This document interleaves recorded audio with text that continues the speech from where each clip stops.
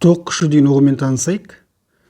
Тоқ күші деп бірлік уақытта өткізгіштің көлденең қимасынан өтетін зарядтың мөлшерін айтады. Тоқ күші И әрпімен белгілейді латын алфавитінен. Тоқ күші өлшем бірлігі ампер. Ампер француз ғалымы құрметіне аталған. Тоқ күшін табу үшін жаңа айтқандай зарядты бөлеміз уақытқа. Мұнда Q деген заряд өлшем бірлігі білеміз, ол кулон, кайл. Т деген уақыт, хбж секундпен. Яғни Т-ға 1 қойсақ, 1 секунд. Сонда И тең Q болады. 1 секундта қанша заряд өтеді. Көлденең қима деген, мына сымды қиып тастағанда мына аудан ғой.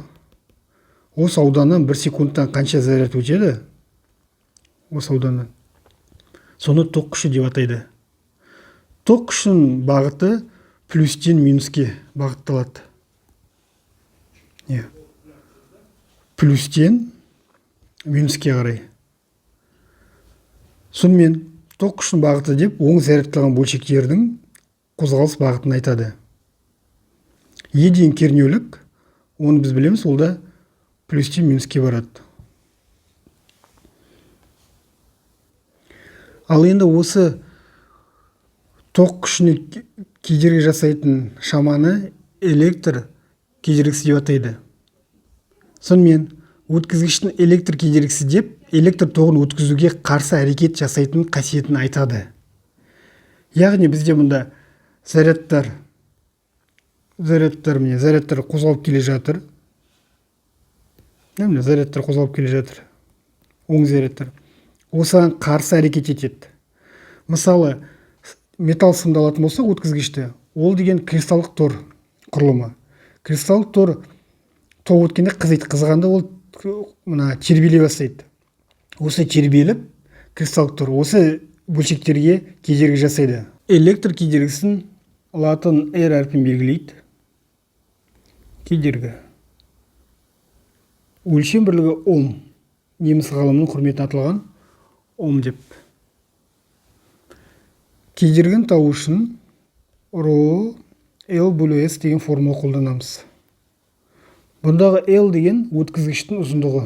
Өткізгіш ұзындығы. Яғни сымның ұзындығы. Метрмен. S деген бана өткізгіштің көлденең қимасының ауданы. Өткізгіштің көлденең қима ауданы. Метр квадрат. Біздің жағдайда ол мұна аудан. S деген мұна аудан. Көлденең қимасы. Мұнда бізде ρ деген әріп тұр. ρ деген ол меншікті кедергі. Меншікті кедергі деген заттың материалына байланысты болады. Мысалы, темір, алюминий, болат, әр заттың өзінің кедергісі бар. Оны кітаптың артында кесте бойынша алып жазуымызға болады. ρ бізде меншікті кедергі. Меншікті кедергі. Өлшем бірлігі Ом көбейтілген метр хбж-да. Бұдан біз көретініміз электр кедергісі заттың, яғни өткізгіштің ұзындығына, жасаған материалына, кедергісіне, меншік кедергісіне тура пропорционал, ауданына кері пропорционал екен.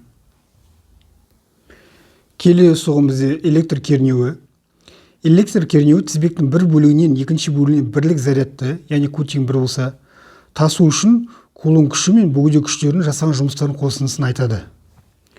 Оны U әрпімен белгілейді бізде. Жазып қойайық. U кернеу. Өлшем бірлігі вольт. Сонымен кернеу бізде ол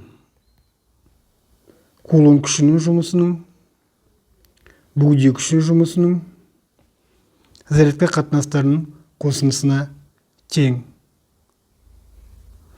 Бұдан біз φ1 минус φ2 кулон күшінің зарядқа қатынасы екен білеміз. Ал электр қозғаушы күші А бөгден Q-ға қатынасы екен білеміз. Осылардан шығады U бізде φ1 минус φ2 қосылған электр қозғаушы күші. Егер электр қозғауыш күші нөлге тең болатын болса, онда кернеу бізде φ1 минус φ2, яғни потенциалдар айырма болады. Бұны біз бұрыннан білеміз. Және алдыңғы сабақта айтқандай, ток күшін амперметрмен өлшейді, кернеуді вольтметрмен өлшейді. Келесі біз Ом заңымен танысамыз. Ом заңы. Бұны Ом Георг Симон деген ғалым, неміс ғалым ашқан. Ол ток күші тең болады кернеу бөлінген кедергі. Бұдан біз көретініміз ток күші кернеуі тура пропорционал, ал кедергіге кері пропорционал. Бұл формуладан кедергі табатын болсақ, ол кернеу бөлінген И болады. Кернеу табатын болсақ, ток күші көбейтілген кедергі болады. Сонымен қатар, вольт-амперлік сипаттама деген бізде график болады.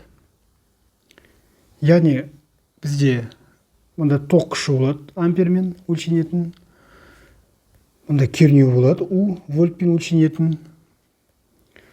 Ток күші кернеуге тура пропорционал болғандықтан бізде графигіміз осындай түзу болады. Яғни кернеу өскен сайын ток күші де өседі. Бұл сызбаны бізде вольт-амперлік сипаттама деп атайды. Жазып қойып, вольт-амперлік сипаттама.